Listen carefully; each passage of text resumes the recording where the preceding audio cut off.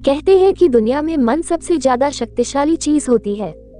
अगर किसी चीज को तुम पूरे मन से चाह लो तो तुम उसे हासिल कर सकते हो। ये मैं नहीं कहता, ये सभी महापुरुषों का कहना है। लेकिन अगर ये सत्य है, ये सच है, तो जो हम अपने मन से चाहते हैं वो हमें हासिल क्यों नहीं होता है। भाई, कोई भी इंसान अपने मन में दुख तो नहीं चाहेगा, लेकिन वो रहता तो दुखी है। हर इंसान अपने मन से तो कामयाब होना चाहता है, खूब पैसा कमाना चाहता है, लेकिन फिर भी वो कामयाब नहीं होता। भला ऐसा दुनिया में कौन इंसान होगा जो अपने मन में ये चाहेगा कि मैं नाकामयाब रहूं या मैं पैसा ना कमाऊं। सोचने की बात है तो इसमें दो चीजें निकलकर सामने आती है। या तो वो महापुरुष गलत थे जिन्होंने ये बात बोली कि मन से चाही हुई चीज हासिल हो जाती है, या फिर हम गलत है। आज की कहानी जो मैं आपको सुनाने वाला हूँ उसमें आपको एक ऐसा मंत्र मिलेगा। उसे समझने के बाद आपको एक ऐसा मंत्र पता चलेगा जिससे आप ये समझ पाएंगे कि मन से कोई भी चीज कैसे करवाई जाती है, मन में किसी भी बात का बीज कैसे बोया जाता है। यह इस कहानी से आपको अच्छी तरह से समझ में आ जाएगा और इससे आप ये भी समझ पाएंगे क्या श्री कृष्ण का नियम लॉ ऑफ अट्रैक्शन कैसे काम करता है। कहानी छोटी सी है लेकिन बहुत ही गहरी है।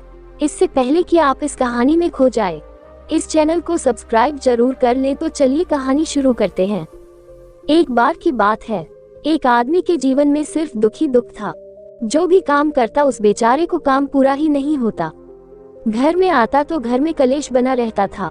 किसी से कोई मदद मांगता तो कोई उसकी मदद नहीं करता। ऐसा लगता था कि चारों ओर से दुखों का पहाड़ उसी पर टूट पड़ा है। उसे समझ नहीं आ रहा था, यही सोचता रहता कि अपने दुखों से मुझे छुटकारा कैसे पाना है। इसी कारण तो रात में सो भी नहीं पाता था। उसकी आंखों के नीचे बड़े बड़े काले घेरे बन गए थे, जो इस बात का प्रतीक थे कि वह आदमी कितना दुखी है और इतना चिंतित है। कभी कभी तो उसके मन में आत्महत्या करने का भी ख्याल आते थे, लेकिन अपने परिवार की चिंता करके वह एक कदम नहीं उठा पाता था। वह इतना दुखी हो गया कि कैसे निर्णय किया जाए।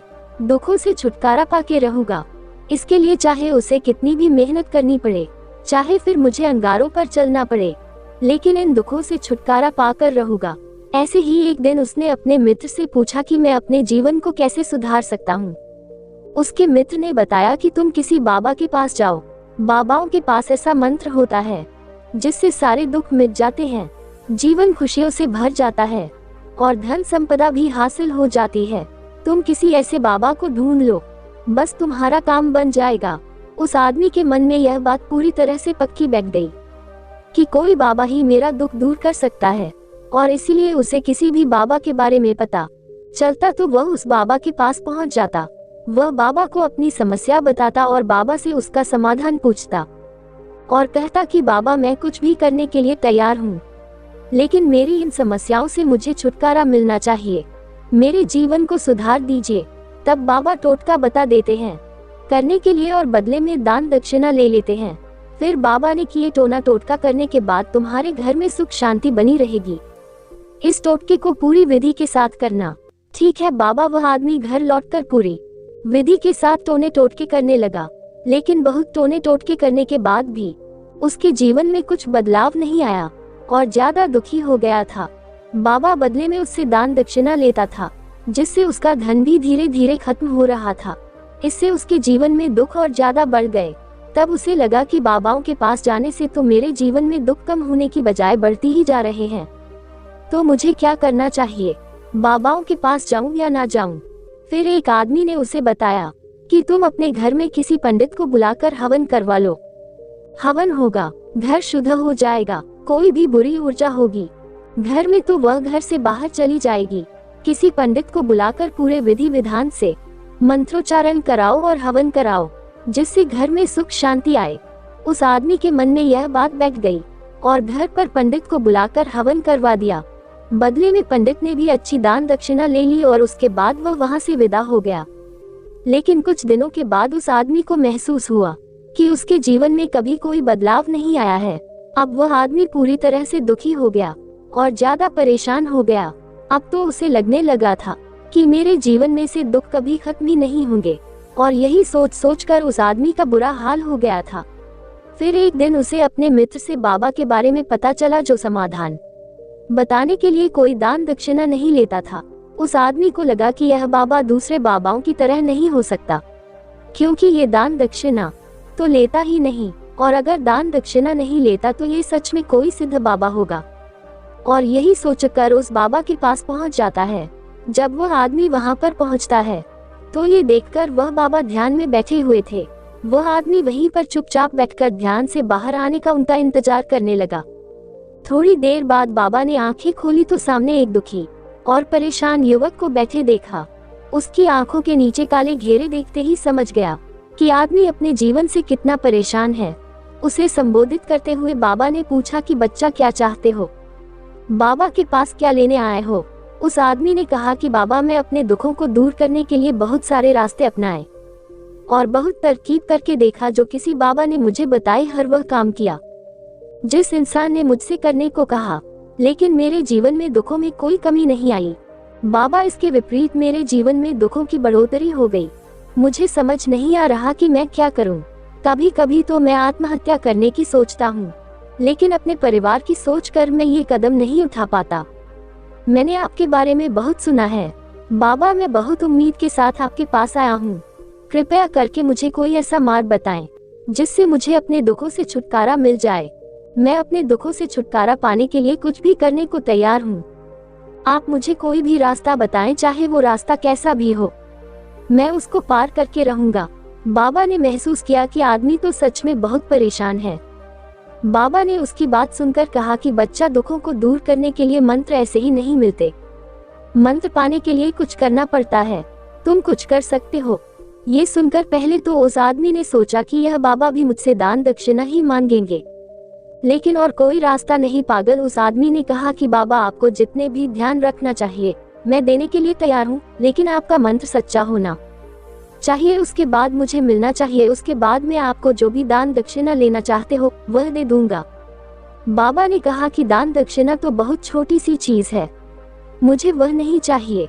इस पर वह आदमी सोच विचार करके बोला, तो बाबा, मैं अंगारों पर भी चलने के लिए तैयार हूँ, आप मुझे बस आ गया दो। बाबा ने कहा कि अंगारों पर चलने वाली छोटी चीज में तुमसे नहीं कराने वाला, मैं जो तुमसे करवाने वाला हूँ वह बहुत कठिन मंत्र है, उसे पूरा कर पाओगे? आदमी ने कहा कि बाबा, आप मुझे बताए तो मैं करने को तैयार हूँ। बाबा ने कहा कि यहाँ से जब तुम अपने घर जाओ तो रास्ते में अपने मन में यह मंत्र मन में कहते जाना, मैं सुखी हूँ, मैं सुखी हूँ, मैं सुखी हूँ। बार बार अपने मन में यही दोहराते रहना, और याद रहे जुबान पर यह शब्द नहीं आना चाहिए, ये सिर्फ मन में कहते रहना है। ये सुनकर वह आदमी बोला, बाबा, बस इतनी सी बात, ये तो मैं चुटकी बजाकर कर लूंगा, लेकिन इससे होगा क्या? बाबा बोले कि इस मंत्र को करके देखो, वैसे भी तुमने इतने बाबाओं के मंत्र किए हैं तो इस मंत्र को भी करके देख लो। उस आदमी ने सोचा कि बाबा कुछ दान दक्षिणा तो नहीं ले रहे हैं, इस मंत्र है को मैं कर लूंगा, ठीक है, नहीं मंत्र जरूर करूंगा। वह आदमी यह कहकर वहां से उठकर चलने लगा, लेकिन जैसे ही वह चलने लगा पीछे से बाबा ने बोला कि बच्चा, एक बात याद रखना, जब तुम यह मंत्र अपने मन में दोहराओगे तो तुम्हारे मन में बंदर के विचार नहीं आने चाहिए, बंदर का ख्याल भी नहीं आना चाहिए, नहीं तो यह मंत्र सिद्ध नहीं होगा। वह आदमी बोला, मुझे तो आज तक बंदर का कोई विचार नहीं आया, तो अब क्यों आएगा? आप चिंता मत करिए बाबा, मैं बस मन में यही कहता रहूंगा कि मैं सुखी हूँ, मैं सुखी हूँ, इसके अलावा बंदर का कोई विचार मेरे मन में नहीं आएगा। ये कहते आदमी वहां से चला गया। वह अपने मन में इस मंत्र का जाप करता चला गया, मैं सुखी हूँ, मैं सुखी हूँ। ये दोहराते हुए वह थोड़ी दूर ही गया कि उसके मन में अचानक बंदर का ख्याल आ गया। बंदर का ख्याल एक बार आया और चला भी गया, लेकिन उस आदमी ने सोचा कि पहले तो मुझे बंदर का कोई विचार नहीं आया, पता नहीं आज क्यों मेरे मन में बंदर का विचार बार बार आ रहा है, और ऐसे करके उसने उस बंदर के विचार को पकड़ लिया। वह ये भूल गया कि मुझे क्या मंत्र दोहराना है, और वह बंदर के बारे में सोचने लगा। थोड़ी देर बाद उसे फिर से होश आया तो वह फिर से अपना वही मंत्र दोहराने लगा जो बाबा ने उसे बताया था, मैं सुखी हूँ, मैं सुखी हूँ। लेकिन अचानक से उसे सामने एक बंदर दिखाई दिया। पूरी देखकर उसके मन में फिर से वही बंदर के विचार आने लगे। मेरे अंदर किसी भी तरह बंदर का विचार ना आए, लेकिन उसे तो सामने बंदर ही दिखाई दे गया। ऐसे ही जद्दोजहद करते करते वह घर पर पहुंचा, और घर पर पहुंचने के बाद अपनी पत्नी को कहा कि हे बंदरिया, मुझे खाने में बंदर परोस दो। और जब उसे एहसास हुआ कि उसने क्या बोल दिया तो वह अपने बाल नोचने लगा, दीवारों में सर मारने लगा। और आदमी ने कहा कि आज मुझे बंदर का कोई विचार नहीं आना था, और आज मुझे ये क्या हो गया है कि मुझे हर जगह बंदर ही बंदर नजर आ रहे हैं। ये कैसी माया है। यही सोच सोच कर वह आदमी रात भर सो नहीं पाया। रात भर करवटें बदलता रहा और सुबह उठकर सीधे उसी बाबा के पास पहुंच गया और उस बाबा के चरणों में गिरकर कहा कि बाबा, पता नहीं क्या चमत्कार हो रहा है। परसों तक मुझे बंदर का कोई विचार नहीं आया, लेकिन कल जब से आपने मुझसे कहा कि बंदर का विचार नहीं आना चाहिए, तब से मुझे हर जगह बंदर ही बंदर नजर आ रहे हैं। उस आदमी ने कहा कि बाबा, मुझे तो आपके पीछे पेड़ पर बैठा हुआ बंदर ही खेल खेलता हुआ दिखाई दे रहा है। क्या हो रहा है? बाबा ये सुनकर हंसने लगे, बोले, बच्चा, इसे समझ पाना इतना आसान नहीं है। बंदर तो तुम्हारे रास्ते में पहले भी आते थे। जब तुम मेरे पास नहीं आए थे तब इन्हीं पेड़ मंदिर पर घूम रहे थे, लेकिन तब तुम्हारे ध्यान में ये बंदर नहीं था। पहले तुम्हारे ध्यान में सिर्फ अपने दुख थे। इसके बाद बाबा ने उसे बताया कि बच्चा, जिससे भी आप दूर भागना चाहते हैं, वही चीज हमारे मन में बहुत गहरे में प्रविष्ट हो जाती है। वह हमारे अंतर्मन में समा जाती है। असल में हम जिस चीज से भी छुटकारा पाते हैं, छुटकारा पाना चाहते हैं, वह हमारे साथ बहुत गहरे से जुड़ी हुई है। और हम जितना ही उससे छुटकारा पाना चाहते हैं, उतनी ही गहरी हमारे मन में बैठ जाती है और आखिरकार वह हमारे अंतर्मन में छा जाती है। ऊपर से तो हम चाहते हैं सुखी होना कि मैं सुखी हूँ, सुखी हूँ। हमारे होंठ भी यही कहते हैं। हमारे मन में दुख समय समय पर आते और जाते रहते हैं। हमारे विचारों में, हमारे मन में हमें दुख ही दुख दिखाई देते हैं। इसीलिए अपनी जुबान से बार बार यह बोलने से कि मैं सुखी हूँ, मैं सुखी हूँ, सुखी नहीं होंगे जब तक यह मंत्र हमारे अंतर्मन में प्रविष्ट नहीं होगा। इस पर उस आदमी ने पूछा कि बाबा, लेकिन यह मंत्र हमारे अंतर्मन में प्रविष्ट कैसे होगा? बच्चा, अपने अपने दुखों से लड़ना बंद कर दो। जब तक तुम अपने दुखों को दूर करने की सोचते रहोगे, तब तक वह दुख तुमसे चिपके रहेंगे। बहुत सारे दुख तुम्हारे अंतर्मन पर अपना राज जमाए बैठे रहेंगे, और जिस दिन तुम उन दुखों के बारे में सोचना ही छोड़ दोगे, उन दुखों से छुटकारा मिल जाएगा आपको, और उसी दिन से तुम्हारी जिंदगी से दुख गायब हो जाएंगे।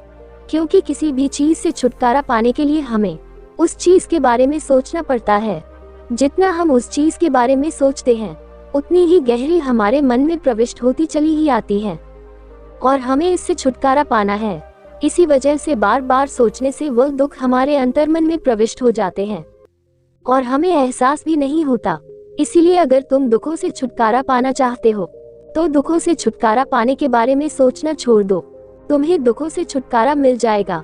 अक्सर आदमी धूम्रपान छोड़ना चाहता है, शराब छोड़ना चाहता है, सुबह अपने आप से ये वादा करता है कि मैं कोई भी गलत काम नहीं करूंगा, लेकिन शाम को जब लौटता है तो नशे में चूर होकर लौटता है। ऐसा क्यों होता है? क्योंकि जो हम सोच रहे हैं वह पूरा कर ही नहीं पा रहे हैं। उस चीज को बहुत ज्यादा तवज्जो दे रहे हैं, उस चीज को बहुत ज्यादा अहमियत दे रहे हैं। जब भी हम उस चीज को छोड़ने के बारे में सोचते हैं, तो हम उसकी इम्पोर्टेंसी, आने की विशेषता और ज्यादा बढ़ा देते हैं। हमारा मन उस चीज के बारे ज्यादा सोचेगा, या तुम शराब छोड़ने के बारे में जितना ज्यादा सोचेगा, हमारा मन उतना ही उस चीज के पीछे ज्यादा भागेगा। हमें उस चीज से लड़ना नहीं है, बल्कि बिना सोचे गुजर जाना है। और अगर इस मंत्र को हम समझ लेते हैं, तो हम अपने जीवन में जो भी पाना चाहते हैं, उसे अपने अंतर्मन में डाल सकते हैं। और एक बार वह लक्ष्य हमारे अंतर्मन में बैठ जाता है, तो फिर सफलता पाने में कोई समस्या नहीं आएगी कभी भी। आपको ये कहानी कैसी लगी? कमेंट सेक्शन में जरूर बताएं, और अच्छी लगी तो इस चैनल को सब्सक्राइब करना ना भूलें। तो मिलते हैं अगली कहानी में, तब तक के लिए अपना ख्याल रखें।